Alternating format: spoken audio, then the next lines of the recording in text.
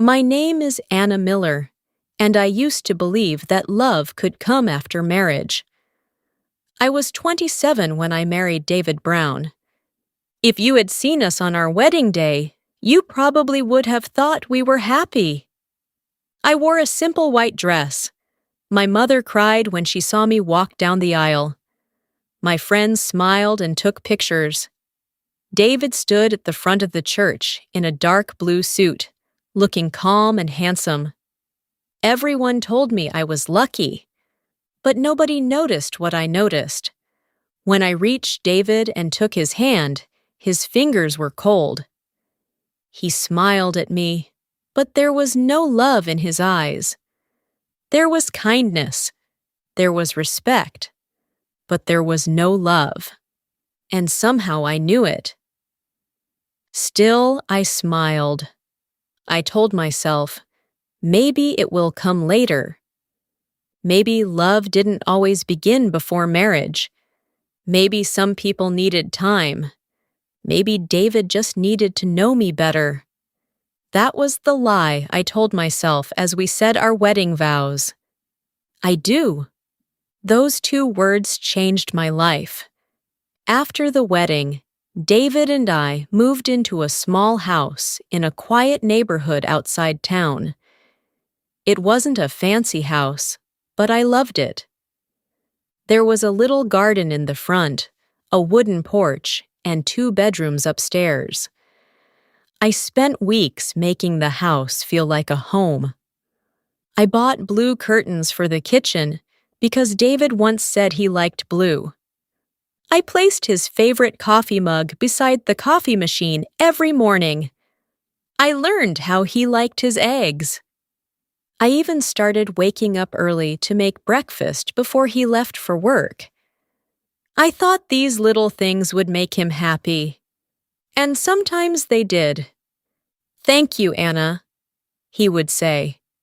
That was all. Thank you. No kiss, no hug, no I love you. At first, I didn't mind. I told myself that David wasn't the romantic type. He was quiet. He worked hard. He didn't talk about his feelings very much. So I waited. I waited for the day when he would come home, put his arms around me, and say, "Anna, I'm so lucky to have you." That day never came.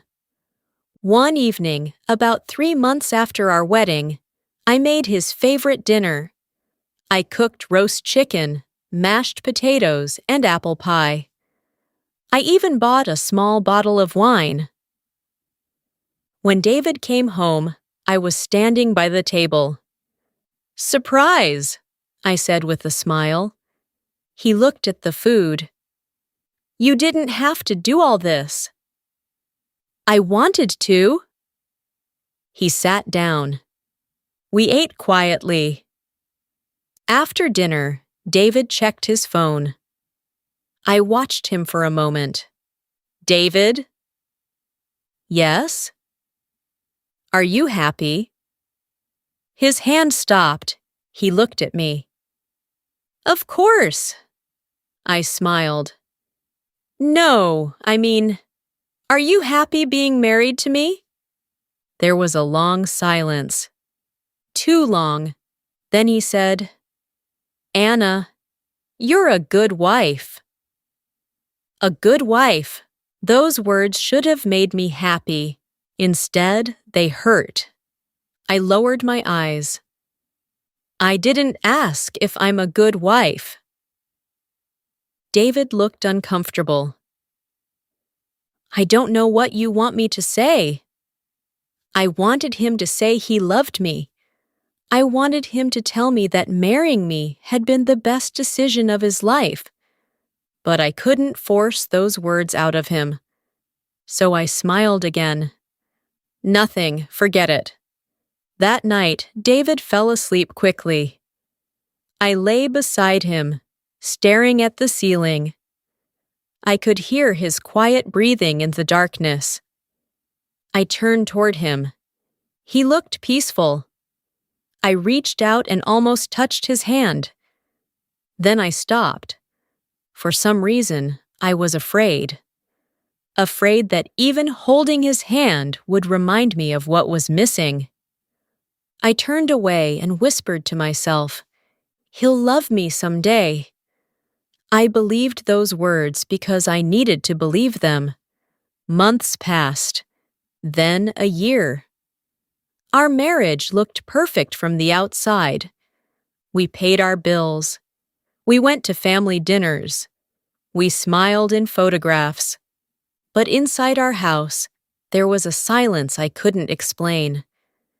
David never hurt me. He never shouted at me. He never cheated on me. He was a good man. And that made everything harder. Because how could I complain about a husband who had done nothing wrong?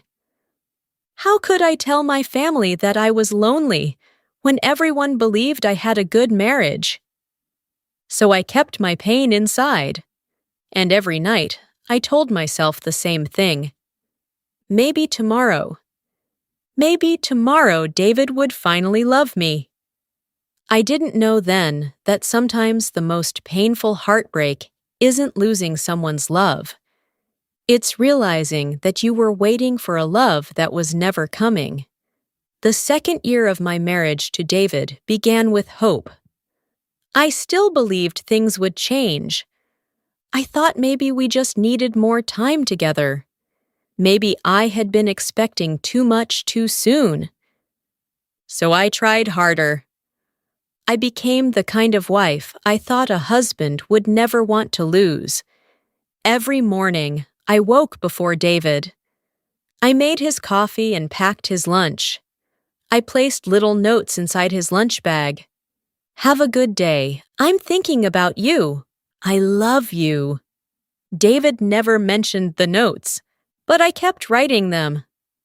On our second wedding anniversary, I bought him a watch. It wasn't expensive. I had saved money for 3 months to buy it. When I gave it to him, he opened the box and looked at the watch. "It's nice," he said. "Do you like it?" "Yes. Thank you." Then he kissed my forehead. For a second, my heart jumped. Maybe this was it. Maybe he was finally becoming closer to me. I smiled. "Happy anniversary, David." "Happy anniversary, Anna." That night, I had prepared a small dinner at home. I lit 2 candles and put flowers on the table. But halfway through dinner, David received a phone call from work. He stood up. "I have to go." I looked at the candles. "Tonight?" "I'm sorry, it's important." He grabbed his jacket. "David!" He turned around. I wanted to ask him to stay. I wanted to say, "Please, just tonight. Please choose me." But instead, I said, "Be careful." He nodded and walked out. The front door closed. I sat alone at the table. The candles slowly burned down. The food became cold. And for the first time, I wondered if I was the only person trying to keep our marriage alive. But I still didn't leave. I couldn't. I loved him. At least I thought I did. Or maybe I loved the man I hoped he would become. Months later, I got sick. It wasn't serious, but I had a high fever and couldn't get out of bed. David came home from work and found me lying under the blankets. "You should see a doctor," he said. "I'll be okay." He brought me a glass of water. Then he placed medicine on the table beside my bed. "Take this." "Thank you." He nodded. Then he went downstairs. I listened to his footsteps disappear. I wanted him to sit beside me. I wanted him to touch my forehead and ask if I was feeling better. Instead, I was alone. That night, I cried quietly into my pillow. Not because I was sick, because I finally understood how lonely it was to have someone beside you and still feel completely alone. A few weeks later, I decided to talk to my mother. We sat in her kitchen while she made tea. "Mom," I said, "do you think David loves me?" She looked at me carefully. "Why would you ask that?" "I don't know. I just don't feel loved." My mother put the cup down. "Anna, your husband is a quiet man." "I know." "He works hard. He takes care of you." "I know." "Then maybe that's how he shows love." I nodded. Maybe she was right. Maybe I was asking for something David didn't know how to give. So I went home and tried again. I planned a weekend trip for us. I booked a small hotel near a lake. I imagined us walking together, laughing, holding hands. When I told David, he looked at me with surprise. "You planned all this?" "Yes." He sighed. "Anna, I don't think I can go." My smile disappeared. "Why?" "I have work." "You can take one weekend off." "I can't." I stared at him. "Do you even want to spend time with me?" He looked away. "Of course I do." "But you never do." His face became serious. "Anna, you're making this bigger than it is." I felt something break inside me. Maybe it's big to me. He didn't answer. That weekend, I went to the lake alone. I sat beside the water and watched couples walking together. An old man held his wife's hand. A young couple laughed as they took pictures. A father carried his little daughter on his shoulders. I watched them and felt tears running down my face. I had a husband. I had a home. I had everything people thought I wanted. But I was lonely. And that night, sitting alone beside the lake, I made a promise to myself. I would stop asking David to love me. I would simply try to be patient.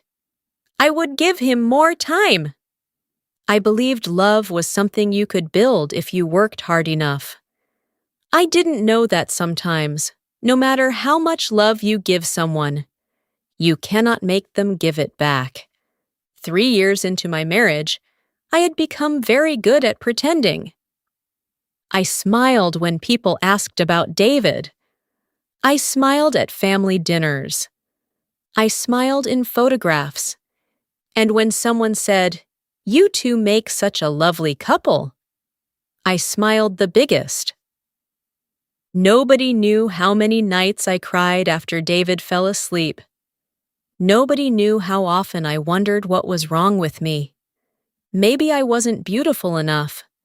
Maybe I wasn't interesting enough.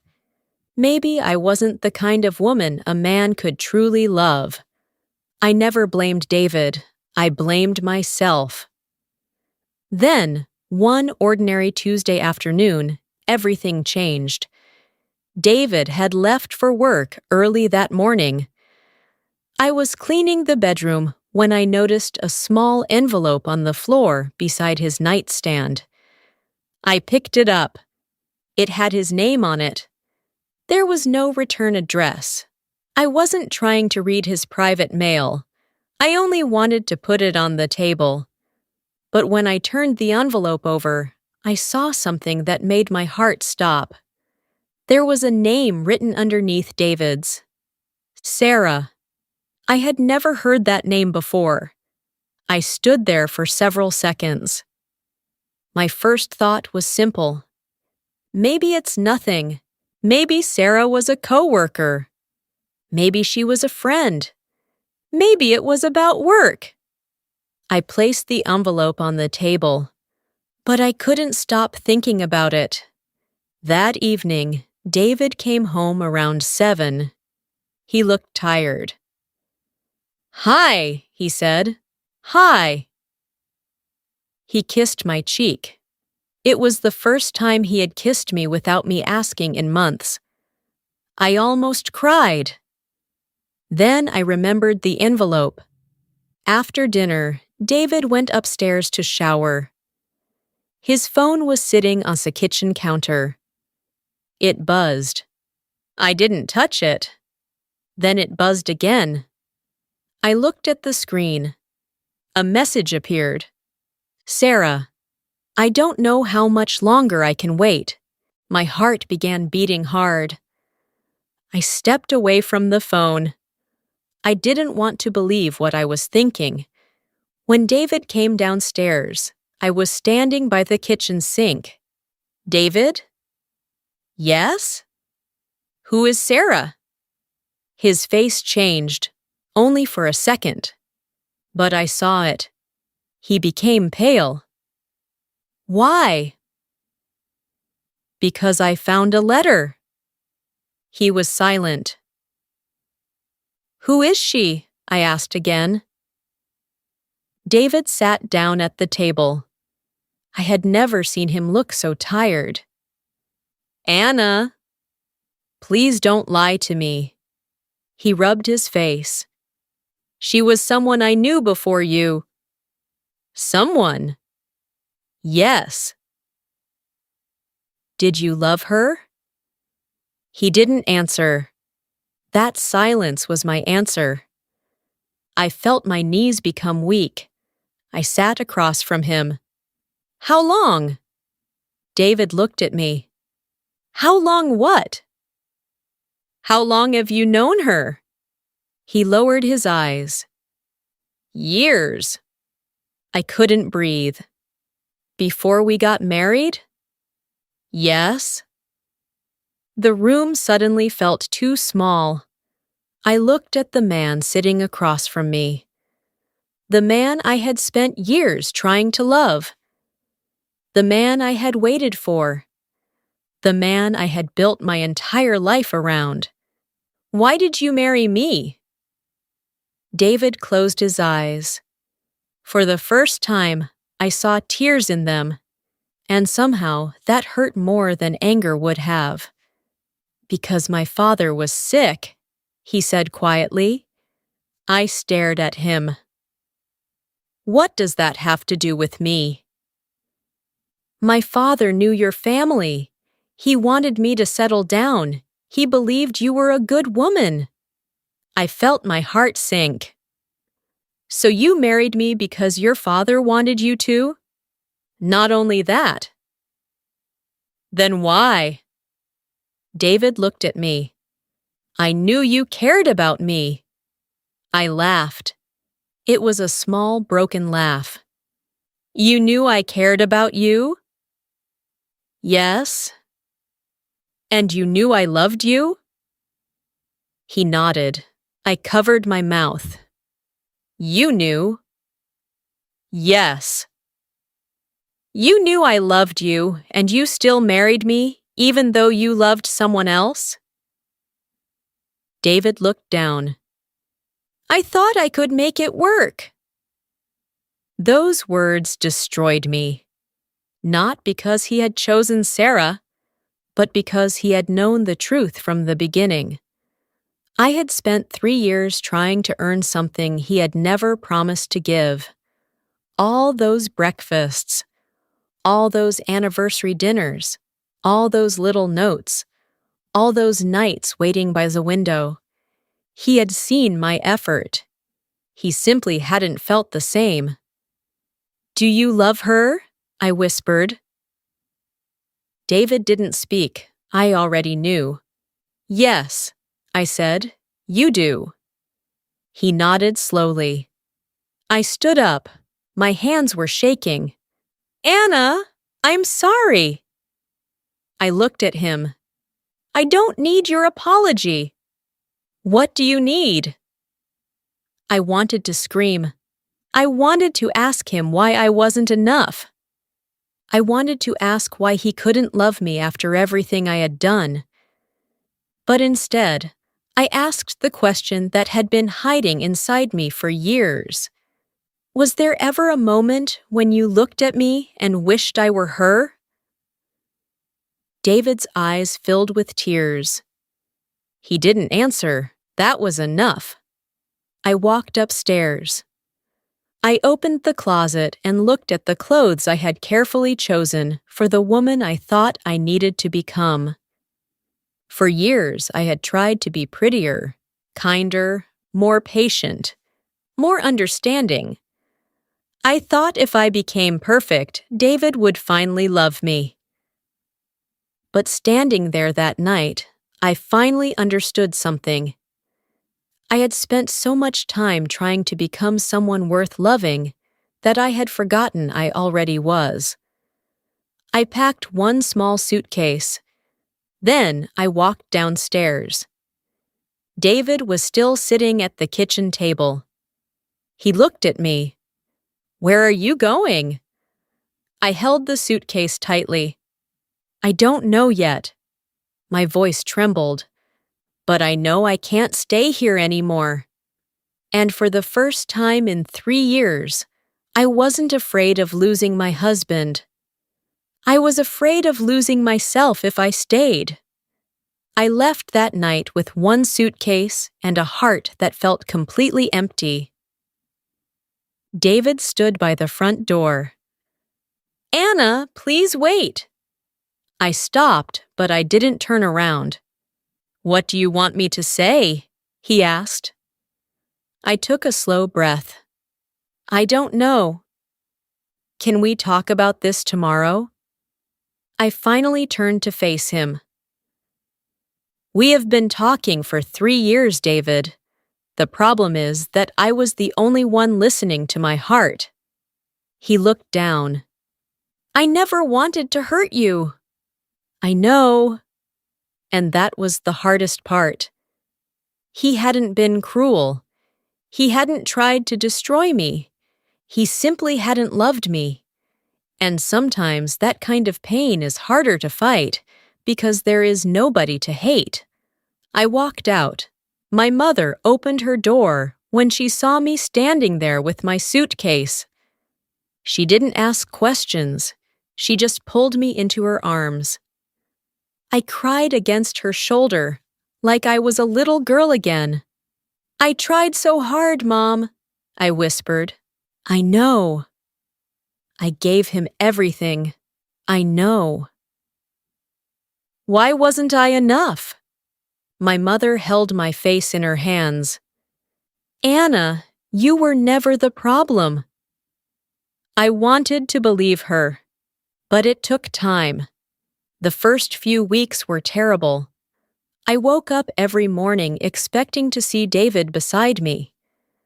Sometimes I reached for him before remembering that I was no longer in our bedroom. I missed his voice. I missed his coffee mug. I even missed the sound of his key turning in the front door. But slowly, the pain changed. I started taking walks in the morning. I went back to painting, something I had stopped doing after I got married. I met old friends. I laughed again. At first, the laughter felt strange. Then it felt natural. One Saturday, I went back to the little lake where I had once sat alone and cried. The same place where I had watched other couples holding hands. I sat on the bench and looked at the water. But this time, I wasn't waiting for anyone. I was alone, and I was okay. A month later, David called. I stared at his name on my phone for a long time before answering. "Hello?" "Anna!" His voice sounded different, softer. "How are you?" "I'm okay." There was silence. "I miss you," he said. My heart hurt when I heard those words, not because I wanted him back, because a part of me had waited years to hear them. "I miss you too," I admitted. "Can we try again?" I closed my eyes. For 1 second, the old Anna wanted to say yes.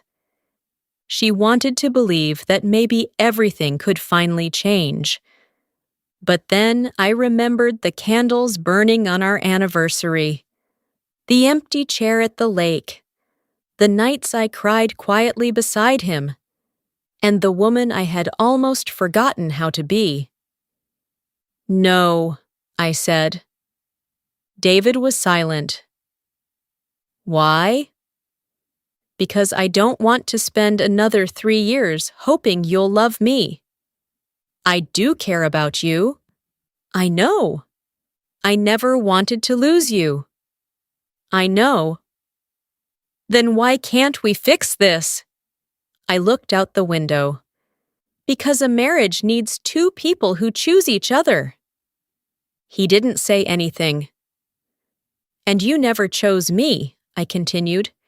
"You chose a life with me because you thought it was the right thing to do. But I deserve someone who chooses me because they love me." David began to cry. I cried too. But this time, I didn't change my mind. We divorced several months later. It wasn't easy. There were papers to sign, furniture to divide, family members to explain things to, and memories that couldn't simply disappear. But with every step, I felt a little lighter. 1 year after I left David, I moved into a small apartment of my own. It had white walls, big windows, and a tiny balcony. There wasn't much furniture. There weren't expensive decorations. But there was something that house had never given me: peace. One evening, I made dinner for myself. I set 1 plate on the table, 1 glass, 1 chair, and for the first time, seeing 1 chair didn't make me feel lonely. It made me feel free. I smiled. Then I remembered something my mother had told me. "You were never the problem." For years, I had believed love had to be earned. I thought I needed to become prettier, kinder, quieter, more patient, and more perfect. Now I understood. Real love doesn't ask you to disappear. It doesn't make you question your worth every night. It doesn't make you beg for a place in someone's heart. Real love chooses you. And if someone cannot choose you, that doesn't mean you are unworthy of love. It simply means they are not your person. I still think about David sometimes. I don't hate him. I don't regret everything.